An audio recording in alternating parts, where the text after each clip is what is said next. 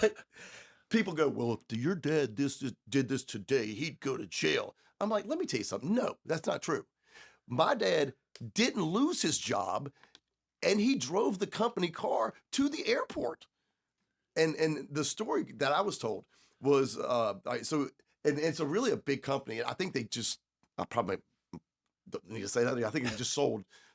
They sold it to another company, but it was called Head and Inquist. If you watch LSU football games, the LSU coach has Head and Inquist on his uh, headphones.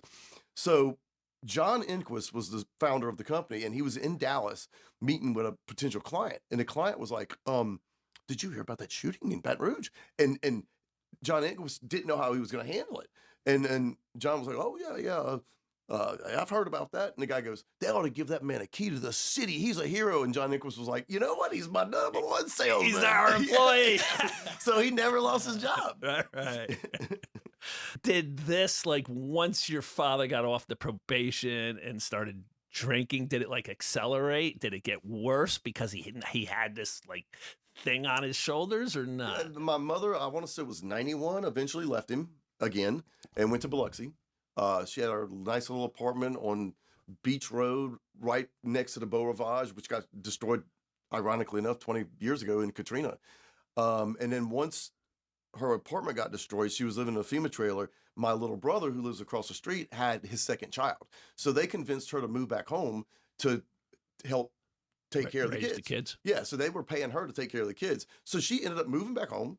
And it was like we were roommates because I'd moved back in 2005. Like 2 months before Katrina, I left Pennsylvania and went back home because Daddy had a stroke in April. And I had got the experience I felt I needed to kind of move on. And so she ended up moving back.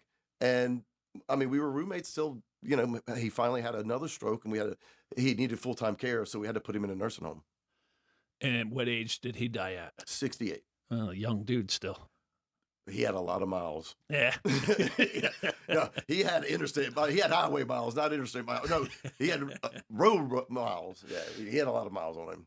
And did you have a good relationship after what he did? Yeah, it probably took me about 2 or 3 months before I kind of accepted him back in my life because I was always Daddy's boy. But yeah, after that, I mean, I ended up being the all-district quarterback, second base. I mean, I played sports. I was nominated for Athlete of the Year, and my dad was always at practices. He's always at the games. He was involved. Okay. Did this affect you negatively in any way as you went through life?